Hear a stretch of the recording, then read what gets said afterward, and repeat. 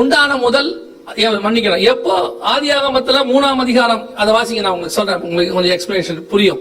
ஆதியாகமத்தின் புஸ்தகம் 3ஆம் அதிகாரம் 15வது வசனத்தை வாசிங்க. உனக்கும் ஸ்திரீக்கும் அவள் வித்துக்கும் பகை உண்டாக்குவேன். ஸ்திரீயின் வித்துங்கிறது யாரை குறிக்குது? இயேசு கிறிஸ்துவை குறிக்கிறது. அவர் தான் ஸ்திரீயின் வித்தாக பிறந்தவர். சர்பத்தின் வித்து யாரு? சர்பனா பிசாசு. சர்பத்தின் வித்து யாரு? அவனுடைய மகன். அவ்வளவுதான். ஸ்திரீயின் வித்து என்பது இயேசுவை குறிக்குமானால் சர்பத்தின் வித்து என்பது சர்பத்தினுடைய மகன். அப்படின்னா மாம்சப்படி அல்ல, ஆவியின்படி. 2 தெசலோனிக்கேயர் 2ஆம் அதிகாரம் 3வது வசனத்தை வாசிங்க. 2 தெசலோனிக்கேயர் 2ஆம் அதிகாரம் 3வது வசனம். எவ்விதத்தினாலும் எச்சரிக்கையாயிருங்கள், ஏனெனில் கேட்டின் மகனாகிய பாவ மனுஷன். அப்ப கேட்டின் மகன்னா, கேட்டுக்கு அப்பா ஒருத்தர் இருக்கிறான். சகல பொய்க்கும் பிதா யாரு? பிசாசு. அவனுடைய மகன் வருவான்னு இருக்கு. சோ இப்போ ஆதியாகமம் 3:15 என்ன சொல்லுது? ஸ்திரீயின் வித்துக்கும் சர்பத்தின் வித்து, தேவனுடைய மகனுக்கும் பிசாசின் மகனுக்கும் ஒரு யுத்தம் வரும், ஒரு முடிவு வரும். சோ இந்த ஆன்டி கிரைஸ்ட் கிரைஸ்ட் அப்படிங்கறதனுடைய யுத்தமானது ஆதியாகமத்திலேயே முன்னுரைக்கப்பட்டது. அது அப்படியே நடந்துகிட்டே இருக்கு, இன்னைக்கும் நடந்துகிட்டு இருக்கு. நீங்க நானெல்லாம் அந்த இயேசுவினுடைய சேனைக்குள்ள இருக்கக்கூடியதான நல்ல போர்ச்சவர்களாக இருக்கிறோம். பிசாசுடைய சேனைகள்ல இருக்கிறாங்க, அவங்களும் ஒரு குரூப் இருக்கு, அவங்களும் போராடிக்கிட்டு இருக்கிறாங்க.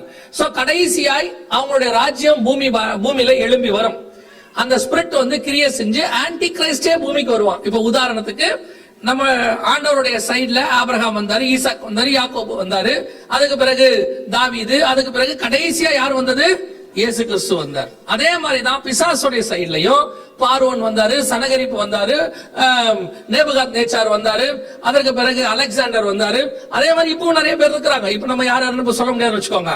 இப்ப நிறைய பேர் இருக்கிறாங்க. இதுல கடைசியா ஆன்டி கிரைஸ்ட் வருவான். எப்படி இயேசு வந்த பிறகு பரிசுத்த ஆவியானவர் அவர் மேல இறங்கும் போது அவர் தேவனுடைய குமாரன் என்று வெளிப்பட்டாரோ, அதே மாதிரி ஆன்டி கிரைஸ்ட் மேல அவருடைய ஸ்பிரிட் இறங்கும். அந்தி கிறிஸ்துவின் ஆவி, அவன் ஆன்டி கிரைஸ்ட் உலகத்துக்கு வெளிப்படுவான். சோ எப்படி இயேசு கிறிஸ்துக்கு வழியா ஆயத்தம் பண்ணபடி யோவான் ஸ்நானகன் வந்தாரோ, அந்தி கிறிஸ்துக்கு வழியா ஆயத்தம் பண்ணி அவனுக்கு முன்னாடி உள்ள ஒரு 10 பேர் வருவாங்க. இதெல்லாம் அப்படியே கரெக்டா இருக்கும், அப்படியே மாடல். அதான் நான் சொன்னேன், அவர் ஒரு சமாதானம் கொடுப்பாரா, இவர் போலியான சமாதானம் கொடுப்பார். அவர் ஒளினா இவன் ஒளியின் வேஷம் தரித்தவன். அவர் ஆட்டுக்குட்டியானவர் இருக்கிறாருன்னு கேட்டா இது ஓனையா வரும். என்ன வசனம் என்ன சொல்ல? ஆட்டுக்குட்டியின் தோல், ஆட்டுக்குட்டியை போல இருக்கிற வலு சர்ப்பம்னு இருக்கு. சோ இது அப்படியே இதுக்கு காப்பியாக இருக்கும். இப்ப வரக்கூடிய கவர்மெண்ட், பூமியில வரக்கூடிய ஆன்டி கிரைஸ்டுடைய கவர்மெண்ட் இந்த வசனத்தின்படி சமாதானத்தை கொடுக்கிறதாக பூமிக்குள்ள வந்துருச்சு. அந்த கவர்மெண்ட்ல கடைசி கிங் தான் ஆன்டி கிரைஸ்ட். அவனோடு கூட என்ன நடக்கும்? அவன் கவர்மெண்ட் முடிவுக்கு இயேசுவினுடைய 1000 வருஷ அரசாட்சி தொடங்கும். அப்ப அவன் கவர்மெண்ட் இப்ப கிரியை செஞ்சுக்கிட்டு இருக்கு. அவன் வர வரைக்கும் அது இருக்கும். அவன் வருவதற்கு முன்பதாகத்தான் உங்களையும் என்னையும் கர்த்தர் எடுத்துக்கொண்டு போவார். சோ அது வரைக்கும் அந்த ஸ்பிரிட் வேலை செஞ்சுக்கிட்டே இருக்கும். இப்போ சமாதானமாய் உள்ளே நுழைந்திருக்கிற ஆன்டி கிரைஸ்டுடைய கவர்மெண்ட் எது அப்படின்னு கேட்டீங்கன்னு சொன்னா, 13ஆம் அதிகாரம் வெளிப்படுத்தின விசேஷம் நம்ம வாசிச்சோம். அந்த கவர்மெண்ட்டை பத்தி 13ஆம் அதிகாரம் 1ஆம் வசனத்துல சொல்லப்பட்டிருக்கிறது. 10 கொம்புகளோடு கூட 7 தலைகளோடு கூட ஒரு கவர்மெண்ட் எழும்பி வரும் அப்படின்னு. 7 தலைகள்னா 7 மலைகள், 10 கொம்புகள்னா 10 ராஜாக்கள். இதோடு கூட 10 ராஜாக்களோடு கூட ரோம் நகரத்திலிருந்து கூட்டமைப்பாக ஒரு அரசாங்கம் உருவாகி வரும். அந்த கவர்மெண்ட் உள்ளே நுழையும் போது எப்படி நுழையும்? சமாதானமாய் நுழையும். 2012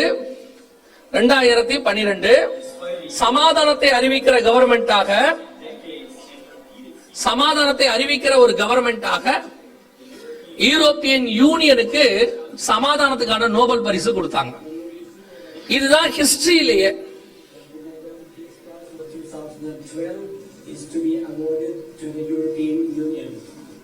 2012க்கான சமாதானத்துக்கான நோபல் பரிசு ஐரோப்பியன் யூனியனுக்கு வழங்கப்பட்டதாக சொல்லப்பட்டது. இதுதான் ஹிஸ்டரியிலேயே ஒரு நாட்டுக்கு சமாதானத்துக்கான நோபல் பரிசு கொடுத்தது. இதுக்கு முன்னாடியும் இல்லை, இதுக்கு பின்னாடியும் இல்லை. இதுக்கு முன்னாடி இதுவரைக்கும் மனுஷங்களுக்கு தான் கொடுத்திருக்கிறாங்க. மனுஷனை அல்லாம உனக்கு கொடுத்தாங்கன்னா யூனிசெஃப் அப்படின்னு சொல்லக்கூடிய ஐநா சபையினுடைய ஒரு நிறுவனம், அதுக்கு கொடுத்திருக்கிறாங்க. ஆனா ஒரு அரசாங்கத்துக்கு இப்ப அவங்க நோபல் பரிசு கொடுத்திருக்கிறாங்கன்னா அது யூரோப்பியன் யூனியனுக்கு மட்டும்தான். யாசர் அரஃபத் கொடுத்தாங்க, ஒபாமாவுக்கு கொடுத்தாங்க, நிறைய பேர் கொடுத்திருக்கிறாங்க. ஆனால் மனிதனை அல்லாமல் ஒரு அரசாங்கத்திற்கு கொடுக்கப்பட்டது எது அப்படின்னு கேட்டீங்கன்னு சொன்னா யூரோப்பியன் யூனியன். இந்த யூரோப்பியன் யூனியன் தான் ஆன்டி கிரைஸ்டோடைய கவர்மெண்டாக வர வாய்ப்பு இருக்கிறது அப்படின்னு பல தடவை உங்களுக்கு ப்ரூஃபோட சொல்லி இருக்கிறோம். இந்த யூரோப்பியன் யூனியனுடைய ஹெட் குவார்டர்ஸ்க்கு பேரு WEU, வெஸ்டர்ன் யூரோப்பியன் யூனியன் பேர். இது 10 நாடுகளுடைய அமைப்பு. நான் சொல்றதெல்லாம் நீங்க எழுதிக்கிட்டு அப்புறம் போய் பாத்தீங்கன்னா உங்களுக்கு தெரியும். 10 நாடுகளுடைய அமைப்பு. இந்த அரசாங்கமானது ஏறக்குறைய 1949 இருந்து பூமிக்குள்ள நுழைந்து கொஞ்சம் கொஞ்சமா அவங்க என்ன செஞ்சாங்கன்னு கேட்டீங்கன்னா ஒரு வியாபார கூட்டமைப்பை ஆரம்பித்து அப்படியே அவங்க உலகத்தை முழுக்க தங்களை விஸ்தாரப்படுத்தினாங்க. 10 நாடுகள் தலைமையா இருக்கும். அவங்களுக்கு கீழே இப்ப ஒரு 18 நாடுகள் இருக்கிறது. ஏறக்குறைய 28 நாடு. ரஷ்யா உக்ரைன் பிரச்சனை இருக்கு தெரியுமா உங்களுக்கு? இந்த பிரச்சனை எதனால வந்தது? நீங்க எல்லாம் ரொம்ப ஈஸியா சொல்லிடுவீங்க. நாட்டோக்குள்ள உக்ரைன் போறேன்னு சொல்லிச்சு, ரஷ்யா விட மாட்டேன் அப்படின்னு சொல்லுச்சு. ஆக்சுவலா இந்த பிரச்சனையை இப்ப போடல, இது முன்னாடியே உள்ளதான பிரச்சனை. என்ன அப்படின்னு கேட்டீங்கன்னா யுக்ரைனை யூரோப்பியன் யூனியனுக்குள்ள சேர்க்கறதுக்கான வேலை நடைபெற்றது. இப்பவும் அவர் சைன் பண்ணி கொடுத்திருக்கிறார் யூரோப்பியன் யூனியன்ல சேர்றதுக்கு. அப்பவே ரஷ்யா ஒரு பெரிய பிரச்சனை பண்ணி உக்ரைனுடைய ஒரு பகுதியாகிய கிருமியாங்கிற பகுதியை எடுத்துக்கிச்சு. உக்ரைன் யூரோப்பியனோட சேரும் போது இப்போ யூரோப்பியனோட சேர்றதுக்கு பதிலா நாட்டோவோட சேர்றதுக்கு உக்ரைன் அவங்க என்கரேஜ் பண்ணாங்க. இப்போ ரஷ்யா அதே பிரச்சனையை ஸ்டார்ட் பண்ணி இவ்வளவு பெரிய பிரச்சனையை கொண்டாந்துருச்சு. நீங்க முடியும் போது பாருங்க, இந்த பிரச்சனையில யூரோப்பியன் யூனியன் தான் ஜெயிக்கும். நீங்க என்ன சொன்னாலும் யூரோப்பியன் யூனியனுடைய கை தான் இதுல ஜெயிக்கும். கடைசியா நீங்க பாருங்க. சோ இப்ப என்ன நடக்க போகுதுன்னா இந்த வார் ஒண்ணு வரும். இந்த வார் முடியும் போது உலகம் அனைத்தையும் ஒரு வல்லரசு ஒன்று உருவாகும். ஃபர்ஸ்ட் வேர்ல்டு வார் முடியும் போது இங்கிலாந்து வல்லரசாக வந்தது. செகண்ட் வேர்ல்டு வார் முடியும் போது அமெரிக்கா வல்லரசாக வந்தது. இன்னும் ஒரு வார் ஒன்று வரும். அதன் முடிவில் யூரோப்பியன் யூனியன் வல்லரசாக உருவாகும். இப்ப யூரோப்பியன் யூனியனுக்கான எல்லா வேலையும் நடைபெற்றுக் கொண்டிருக்கிறது. இந்த யூரோப்பியன் யூனியன் உள்ள நுழைஞ்சிச்சு அரசியல் அமைப்பா. அதுக்கு முன்னாடி வரைக்கும் யூரோப்பியன் யூனியன் வியாபார அமைப்பு. அதனுடைய ஆரம்ப கால பெயர் யூரோப்பியன் எக்கனாமிக்கல் கமிட்டின்னு பேர், EECன்னு சொல்லுவாங்க. 1949ல ஆரம்பிச்சாங்க. 2001ல அவங்க யூரோவை லான்ச் பண்ணி கடைசியா இப்போ உலகத்தின் மிக முக்கியமான நாடுகளாக மாறிவிட்டார்கள். இதுதான் 6ஆம் அதிகாரத்துல 2ஆம் வசனத்துல சொல்லப்பட்டிருக்கிற வெள்ளை கலர் குதிரை புறப்பட்டதுக்கான ப்ரூஃப். இது 2012லயே முதல் முத்திரை உடைக்கப்பட்டு இது புறப்பட்டுருச்சு. அப்பத்துல இருந்து நாங்க இதை சொல்லிட்டே இருக்கிறோம். முதல் முத்திரை உடைச்சாச்சு, சமாதானத்தை அறிவிக்கிறோம், புறப்பட்டுட்டா. யூரோப்பியன் யூனியன் ஆன்டி கிரைஸ்டோட கவர்மெண்ட் அதுல சமாதானத்தை அறிவிக்கிறதாக அது புறப்பட்டுச்சு. எதுக்கு யூரோப்பியன் யூனியனுக்கு சமாதானத்துக்கான நோபல் பிரைஸ் கொடுத்தாங்கன்னா, ஃபர்ஸ்ட் வேர்ல்டு வார் ஐரோப்பாக்குள்ள நடந்துச்சு, ஆஸ்திரியாவுக்கும் ஜெர்மனிக்கும். செகண்ட் வேர்ல்டு வார் ஐரோப்பாக்குள்ள தான் நடந்துச்சு, ஜெர்மனிக்கும் போலாண்டுக்கும். இது வேர்ல்டு வாரா மாறிடுச்சு ரெண்டும். சோ இனிமேட்டு வேர்ல்டு வார் வரக்கூடாதுன்னு சொல்லி தான் யூரோப்பியன் யூனியன் அப்படின்னு ஒன்று உருவாக்குனாங்க. சோ அதுக்கு பிறகு ஏறக்குறைய 70 வருஷம் வார் வராமல் தடுத்து நிறுத்தின பொறுப்பு யாருக்கு இருந்துச்சு? யூரோப்பியன் யூனியனுக்கு. அதனால 70 வருஷத்துக்கு முடியும் போது யூரோப்பியன் யூனியனுக்கு என்ன பண்ணாங்க? சமாதானத்துக்கான நோபல் பரிசு அவங்க கொடுக்காங்க. இப்ப கொடுத்தாச்சு, யூரோப்பியன் யூனியன் வார தொடங்கியாச்சு. இப்ப முழுக்க வார் வர தொடங்கிருச்சு. போலியான சமாதானம் அதான் ரொம்ப முக்கியம். யூரோப்பியன் யூனியன் வார் வராம தடுத்துச்சுங்கிறதுக்கு தான் நோபல் பிரைஸ் கொடுத்தாங்க. இப்போ உக்ரைன் ரஷ்யா பிரச்சனையுடைய மூல காரணமே யாருதான்? யூரோப்பியன் யூனியன் தான் காரணம். அடுத்த யுத்தத்துக்கான எல்லாத்தையும் அது செய்ய தொடங்கி விட்டது. இது ஒரு புறம், இது ஒரு பக்கம் இருக்கட்டும். இப்ப நடந்த ஒரு வாரத்துல நடந்த ஒரு விஷயத்தை நான் உங்களுக்கு சொல்லுகிறேன். முதல் நாளே உங்களுக்கு அதை பத்தி சொன்ன ஞாபகம் தெரியல. ஒரு ஒன் வேர்ல்டு கவர்மெண்ட் ஃபார்ம் ஆகுது உலகளாவிய. அந்த ஒன் வேர்ல்டு கவர்மெண்ட்டுக்கு யூரோப்பியன் யூனியன் தான் என்னவா இருக்குது? தலைமையா இருக்குது. எல்லாம் உங்களுக்கு சொன்னோம். அந்த ஒன் வேர்ல்டு கவர்மெண்ட்னா என்ன அப்படிங்கிறதுக்கு ஒரு 4 விஷயம் சொன்னோம். ஞாபகம் தெரியாது. 1 லாங்குவேஜ் இருக்கணும், 1 ரிலிஜியன் இருக்கணும். ஞாபகம் தான் நான் சொன்னது ஞாபகம் இருக்கா?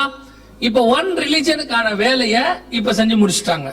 இங்க பாருங்க, 1 ரிலிஜியனுக்கான எல்லாத்தையும் மே மாசம் 16ஆம் தேதி சவுதி அரேபியாவில் ரியாத்ல ஏறக்குறைய 100 மத தலைவர்கள் கூடி ஒரு மார்க்கத்தை உருவாக்குவதற்கான வேலையை செஞ்சு முடிச்சிருக்கிறாங்க.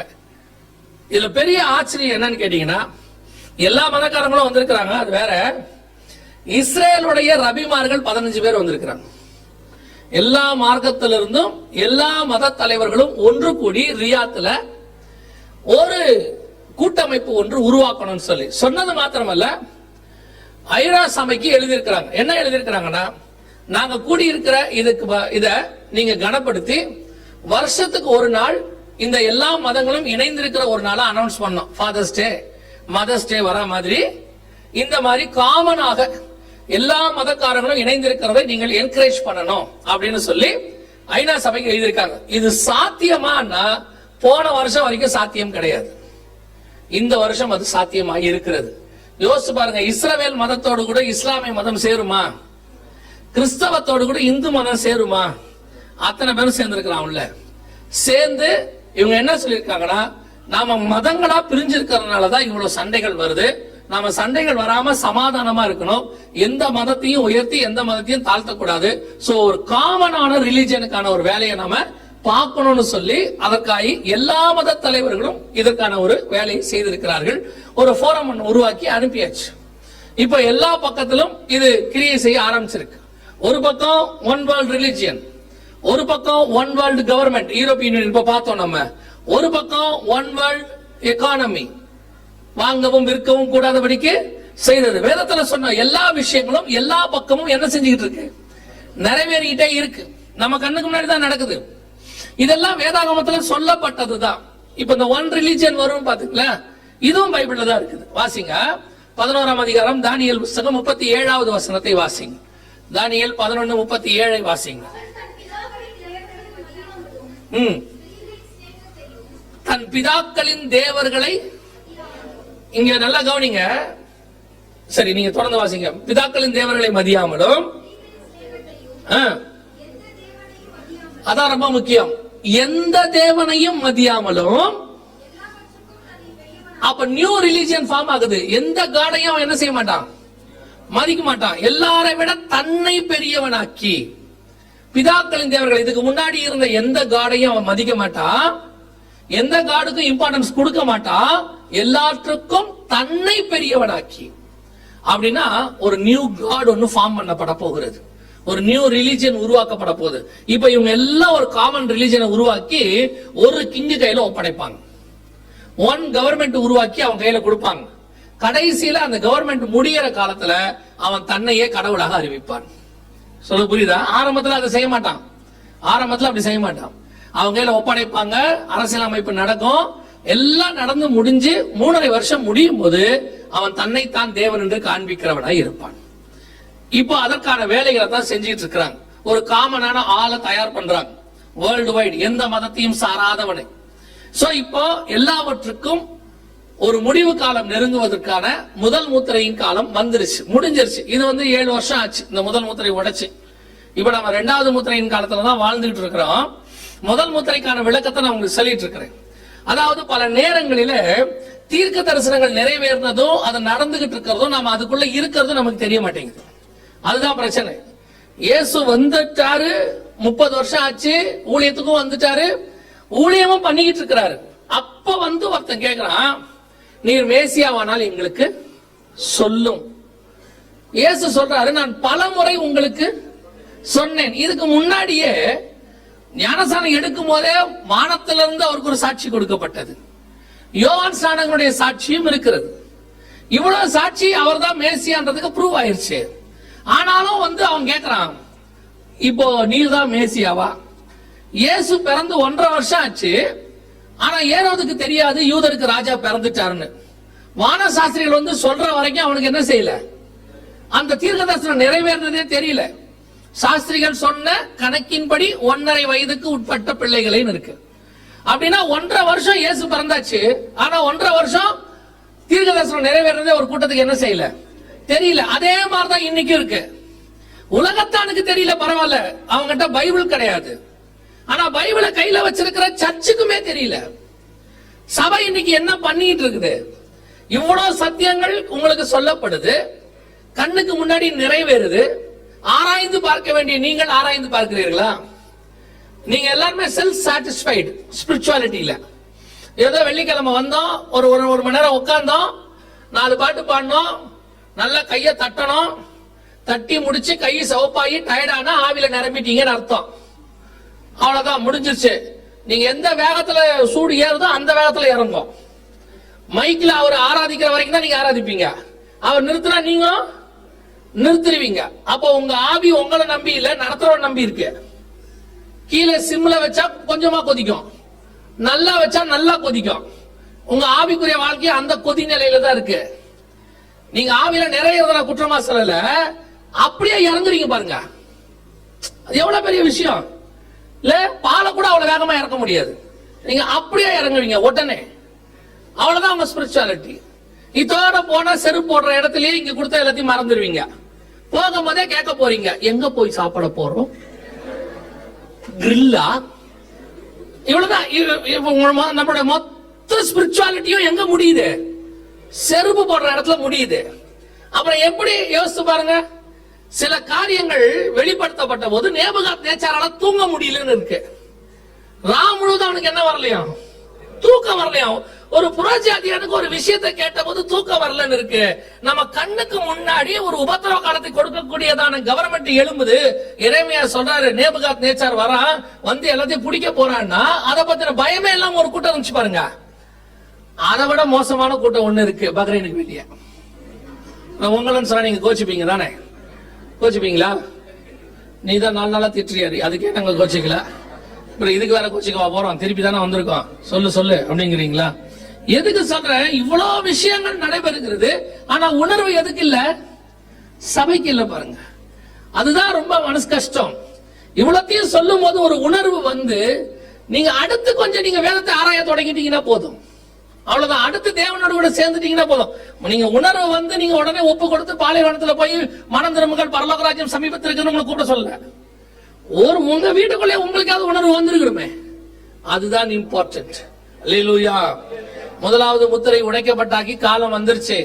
1 கவர்மெண்ட் உருவாக்கிட்டாங்க, 1 லா ரெடி ஆயிருச்சு, 1 டாக்ஸ் சிஸ்டம் உலகளாவிய வந்துருச்சு, ஜிஎஸ்டி, 1 ஒரு ரிலிஜியனுக்கான இதை விதையும் போட்டு முடிச்சுட்டாங்க.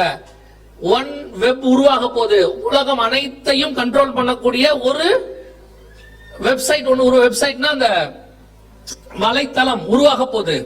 எல்லாமே ஒரு நிலைக்குள்ள போயிட்டு இருக்குது. ஒருத்தன் கண்ட்ரோலுக்கு இதுக்கு போகும், அவ்வளவுதான்.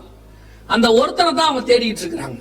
இப்ப உலகம் வந்து அந்த ஒருத்தனுக்கான தேவைக்குள்ள வந்துருச்சு. இன்னும் கலாமிட்டிஸ் அதிகமாக அதிகமாக அதிகமாக, பஞ்சம் அதிகமாக, யுத்தம் அதிகமாக, ஜனங்க கன்ஃபியூஸ் ஆகி இதெல்லாம் இருந்து சால்வ் பண்றதுக்கு ஒருத்தன் வரமாட்டானான்னு நம்ம எதிர்பார்க்கும் போது ஒருத்தன் வருவான்.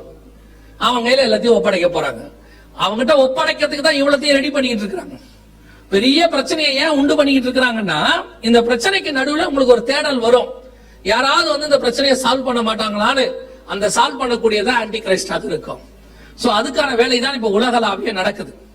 நீங்க இப்ப இது கொஞ்சம் புரிஞ்சுக்கிட்டீங்கன்னா, அவன் வருவதற்கு முன்பதாக என் தேவன் என்னை மீட்க வருவார், நான் அதுக்கு ஆயத்தமாகணும். அதுதான் ரொம்ப முக்கியம். இதெல்லாம் தெரிஞ்சு ஒரு பிரயோஜனம் இல்ல. இதெல்லாம் தெரியும் போது உங்களுக்கு ஒரு உணர்வு வரணும், இதுக்கு முன்னாடி ஆண்டவர் வருவார், அப்ப என்னை கொண்டு போவார், நான் அதற்கு ஆயத்தமாகணும். அவங்க எந்த அளவுக்கு ஆயத்தமாகறாங்களோ அதை விட வேகமா சபை ஆயத்தமாகணும்.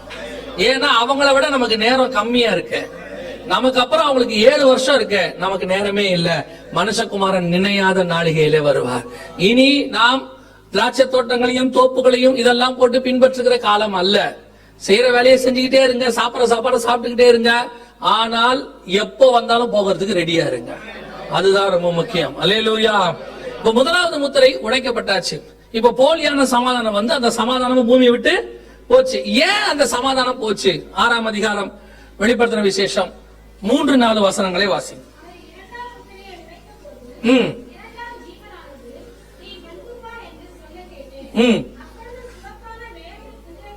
சிவப்பான வேறொரு குதிரை புறப்பட்டது, அதன் மேல் ஏறி இருந்தவனுக்கு பூமியில் உள்ளவர்கள்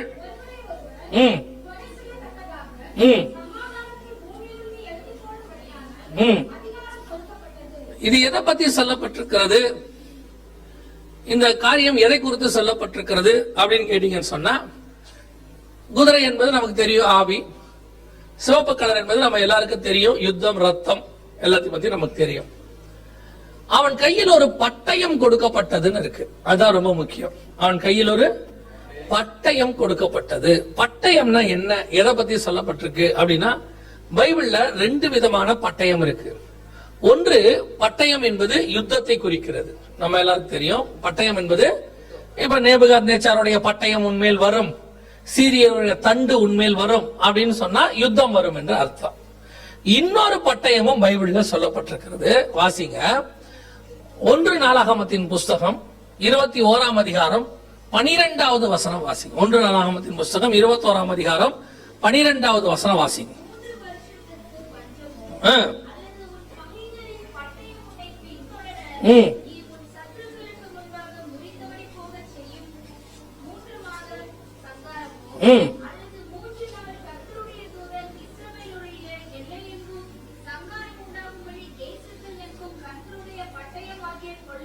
இங்க 2 பட்டயமா அடுத்தடுத்து கொடுக்கப்பட்டிருக்கு பாருங்க. ஒன்று யுத்தம், உன் பகைஞர் உன்னை பின்தொடர, பகைஞருடைய பட்டயம் உன்னை பின்தொடர. 2வது, கர்த்தருடைய பட்டயமாகிய கொள்ளை நோயோ. இப்ப நாம இதான் கிராஸ் பண்ணி வந்திருக்கிறோம். இன்னொன்னையும் கிராஸ் பண்ணுவோம், யுத்தத்தையும் கிராஸ் பண்ணுவோம். நல்லா கவனிச்சு கொள்ளுங்க. இப்ப நாம 2 பட்டயமும் வரும். இப்ப நாம ஒரு பட்டயத்தை கிராஸ் பண்ணி இருக்கிறோம். எந்த பட்டயத்தை கிராஸ் பண்ணி இருக்கிறோம் அப்படின்னு கேட்டீங்கன்னா, கொள்ளை நோயாகிய பட்டயம், ஒருவரை ஒருவர் கொலை செய்ய தக்கதாக. சமீபத்துல இது நீங்க கிராஸ் பண்ணி வந்திருக்கிறோம். 2019 கரெக்டா 2012 முதலாவது முத்திரை, 7 வருஷம் கழிச்சு 2வது முத்திரை உடைக்கப்பட்டது. அதன் அடிப்படையில 2019 கோவிட். இது ஒரு வகையான பட்டயம். பைபிள் சொல்லுது 1 நாளாகமம் 21:12 கொள்ளை நோயாகிய பட்டயம், ஒருவரை ஒருவர் கொலை செய்யத்தக்கதாக. இதோடைய பெரிய விசேஷமே என்னன்னா 1 to 1 தான். கோவிட்ல நம்மள முதல்ல அவங்க சொன்னது என்ன செய்தாங்கன்னா, குவாரண்டைன் பண்ணாங்க. என்ன பண்ணாங்க? எல்லாரும் விலகி இருங்க, தனியா இருங்க, ஒருத்தரோட ஒருத்தர் சேராதீங்க. ஏன் அப்படின்னு கேட்டீங்கன்னு சொன்னா, இது ஒருத்தர்ல இருந்து இன்னொருத்தருக்கு என்ன செய்யுது, பரவுது. அது மரணத்தை உண்டாக்குகிறது. 1 to 1. அங்க வசனம் எவ்வளவு அழகா இருக்கு பாருங்களேன். ஒருவரை ஒருவர் கொலை செய்யத்தக்கதான ஒரு பட்டயம் அப்படின்னு இருக்கு. இது பூமியிலிருந்து, 2வது, இது பூமியிலிருந்து சமாதானத்தை எடுத்து போடும்படி அதிகாரம் கொடுக்கப்பட்டது. இப்போ யூரோப்பியன் யூனியனால ஒரு சமாதானம் வந்துச்சு, யுத்தம் இல்லாத ஒரு உலகம்னு அவங்க சொன்னாங்க. ஆனா இப்போ மிகப்பெரிய சமாதானம் பூமியிலிருந்து போயிருச்சு. சமாதானம்னா என்ன? நாம நிம்மதியா குடியிருக்கிறது ஒரு சமாதானம். அடுத்தவங்களோட கூட சமாதானமாக இருத்தல். இன்னைக்கு எதுவுமே இல்ல. இப்போ மாறி இருக்கு கொஞ்சம். உங்களுக்கு தெரியும் நினைக்கிறேன். வீட்டுக்குள்ளேயே ஒருத்தர் என்ன பண்ண சொல்லிட்டான், பார்க்காத பேசாத தனியாயிரு, அவ்வளவுதான், தனித்திரு விழித்திரு அப்படின்ட்டாங்க. பெரிய கொடுமை என்னன்னா, பெற்றோர் பிள்ளைகளையும் பார்க்க முடியாத சிச்சுவேஷன். ஒரு பையன் வீட்டுக்கு போனா, திருமணம் அவனுக்கு கோவிட்ல ஒண்ணு இல்ல. அதாவது வான பரியந்தம் உயர்த்தப்பட்ட கப்பர்நகுமே, நீ பாதாள பரியந்தம். இது யாருக்கு பொருந்துமோ இல்லையோ, சென்னைக்கு பொருந்துச்சு. உங்களுக்கு தெரியுமா? உங்களுக்கு ஒரு காலத்துல சென்னையை தேடி அவ்வளவா ஜனங்க என்ன செஞ்சுவாங்க, வருவாங்க. சென்னையில அவ்வளவு ஒரு பெருமை, பையன் சென்னையில இருக்கான் அப்படின்னு. ஆனா கோவிட்ல ஒரு அனௌன்ஸ்மெண்ட் கொடுத்தாங்க, இங்க வந்திருக்குமான்னு தெரியாது. சென்னையிலிருந்து யாராவது உங்க வீட்டுக்குள் வந்தால் உடனடியாக தெரியப்படுத்துவோம். கிராமங்கள்ல, திருநெல்வேலி, கோயம்புத்தூர் பக்கம்லாம், சென்னையிலிருந்து யாராவது வந்திருந்தால் உடனடியாக தெரியப்படுத்துவோம். எங்களுக்கு என்னமோ நாங்க தீவிரவாதி மாதிரி ஆகி போச்சு. அதுல ஒரு வீடியோல அழகா சொல்லியிருந்தாரு அந்த காவல் ஆணையர் ஒருத்தர், யாராவது சென்னையிலிருந்து ஊடுருவினால் டிஸ்ட்ரிக்ட் டு டிஸ்ட்ரிக்ட் க்ளோஸ் பண்ணிட்டாங்க, எங்கேயும் போக முடியாது. நம்ம ஆளுங்க வேற வழி இல்லாம பைக்கு பிடிச்சிக்கிடுச்சு, அப்படி இப்படி போனாங்களா. அதுக்கு அவர் என்ன சொல்றாரு, ஊடுருவினால். இப்ப காஷ்மீருக்குள்ள வர மாதிரி ஆயிடுச்சு எங்க நிலைமை பாருங்க. நான் நினைச்சேன் நம்மள இவ்வளவு மோசமாகும் நம்ம நிலைமை என்ன செய்யல, நினைக்கவே இல்லை. அவ்வளவு தூரம் ஒரு மோசமான கண்டிஷன். வசனம் சொல்லுது, சமாதானத்தை பூமியிலிருந்து நம்ம எக்ஸ்பெக்ட் பண்ணவே இல்லை. டோட்டலா அத்தனையும் தனியாயிருச்சு. ஆனா ஆக்சுவலா உண்மை என்ன தெரியுமா? நம்ம முதல்ல உங்களுக்கு சொன்னேன், கர்த்தர் இணைத்ததை மனுஷன் பிரிக்காதிருக்க கடவுள்.